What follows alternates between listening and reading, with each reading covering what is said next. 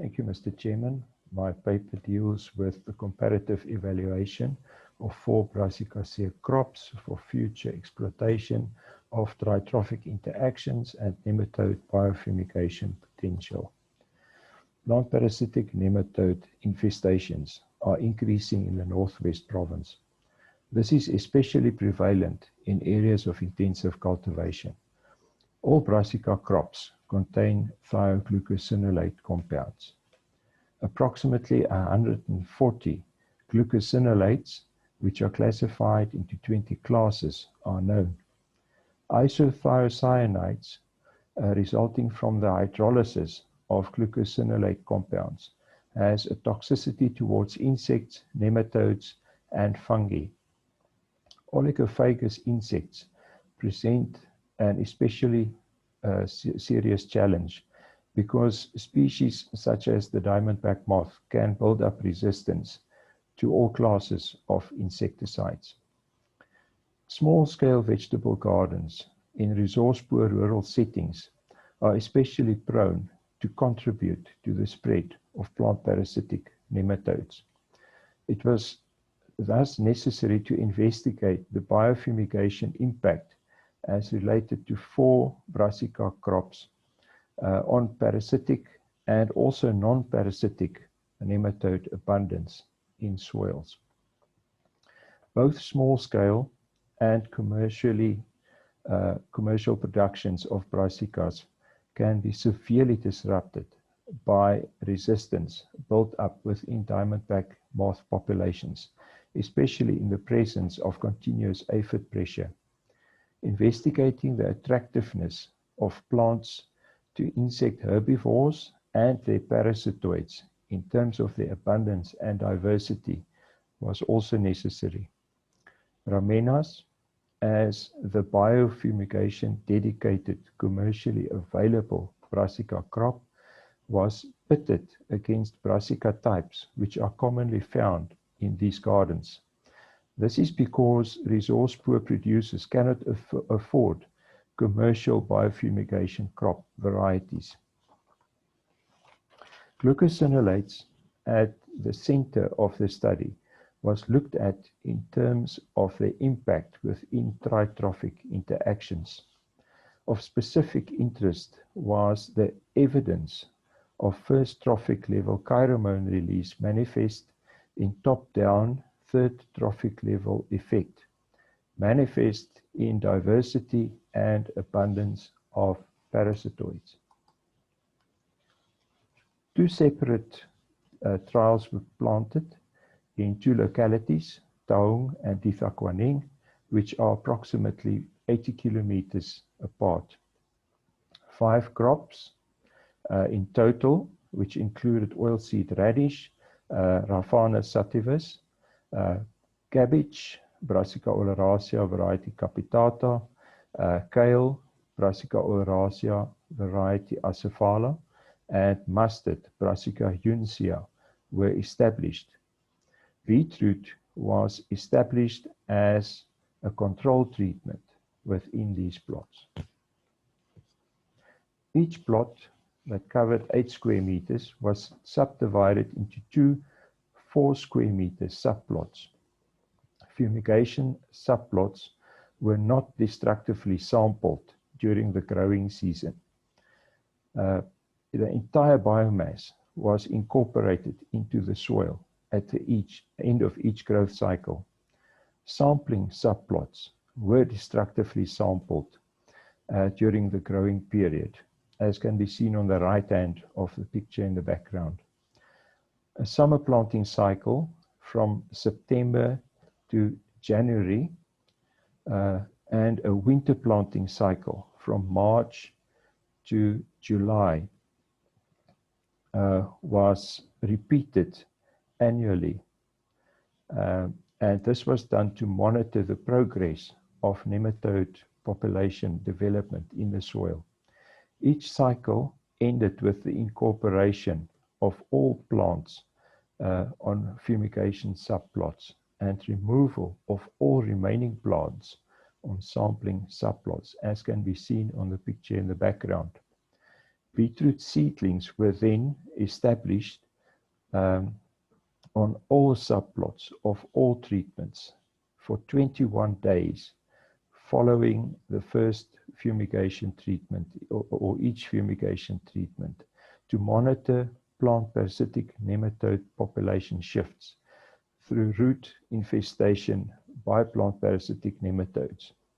Seedlings were then removed within a 3-week period to prevent the establishment of plant parasitic nematodes on the monitoring crop. The total trial layout was done as a 5x5 Latin square design, as can be seen here, with 5 crops that included beetroot as a non-brassica crop, which was sampled also for nematodes. Beetroot sampling was, however, omitted for oligophagous Brassicaceae insects, herbivores, and their parasitoids, with a resultant 4x5 randomized complete block design, as can be seen by the non-highlighted plots. Nematode data used to describe the soil food web state through calculation of colonizer persister values through indicator yield weightings along structured and enrichment trajectories was then done. Further understanding was gained through determining the flow through fungal, bacterial, decomposition channel, and also predation channel and herbivore channels. Insect herbivore data was subjected to Fisher's least significant difference test at the 95% confidence level. If we look at the graphs, the vertical represents enrichment and the horizontal represents the structured trajectories. Early results indicate an increase along the enrichment trajectory of soil bacteriovores, that's colonizer persister index 3, and fungivores, that's colonizer persister index 1 and 2 at Titaquaneng. An increase of predators, colonizer persister index 4 and 5 on the cabbage treatments alone was observed at Titaquaneng. Movement from the resource depleted unstructured quadrant to the enriched unstructured quadrant, and some treatments touching on the enriched and structured fungal profile indicated the effect that was taking hold within the soil.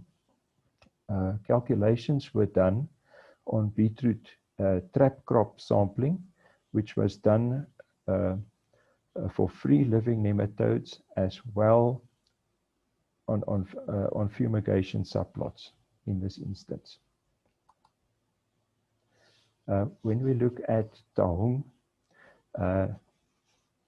nematode population shifts showed an increase in bacteriovores, colonizer persister index 3, and predators, colonizer persister indexes 4 and 5, which increased in all brassicas.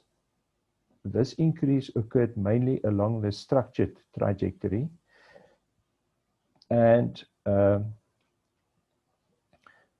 main shift occurred from the resource depleted unstructured quadrant to the resource poor structured quadrant. This is important to note that nematode communities were not identical between the two different trial localities. During the 3 consecutive plantings, the means for diamondback moth infestations were significantly higher for cabbage treatments at Tahong, as can be seen here. Radish had the lowest infestation means, and a similar sequence developed between crops in terms of infestation means. No Helula undalis infestations were present during the first planting, and populations only started establishing as from the second planting. Mustard and radish had the highest infestation means at Taung, as can be seen in these means down here. When considering Ditaquaneng, except for one planting, which was the summer of 2015, diamondback moth infestations were also highest on cabbage. Mustard had the highest diamondback moth infestation during the summer of 2015. Indian mustard was considered highly attractive for oviposition by female moths, which might explain this, by Charleston and Kafir, but it is a less suitable crop for larval development. As with Taung, no Helula infestations were observed during the first planting. Infestations witnessed during the subsequent plantings were consistently at the highest infestation means on mustard. When considering occurrence over time with untransformed figures, Plutella infestations spiked during the second planting, the summer of 2015, but was lower than Helula infestations during the third planting, as can be seen on the graph.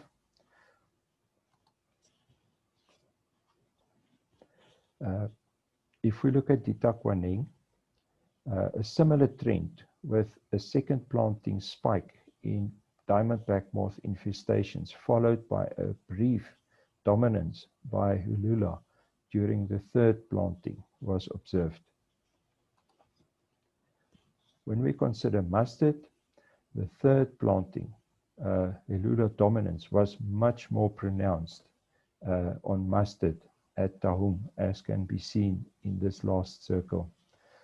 Note also that both the Plutella diamondback moth and Helula infestation spikes show a sharp decline towards the termination period of each planting. Exactly the same trend was observed on mustard at Ditaquaneng. This implies a regional impact because these two localities were 80 kilometers apart. This also implies that data will have to be further combined with parasitoid data and climate data to further explain these trends. I thank you.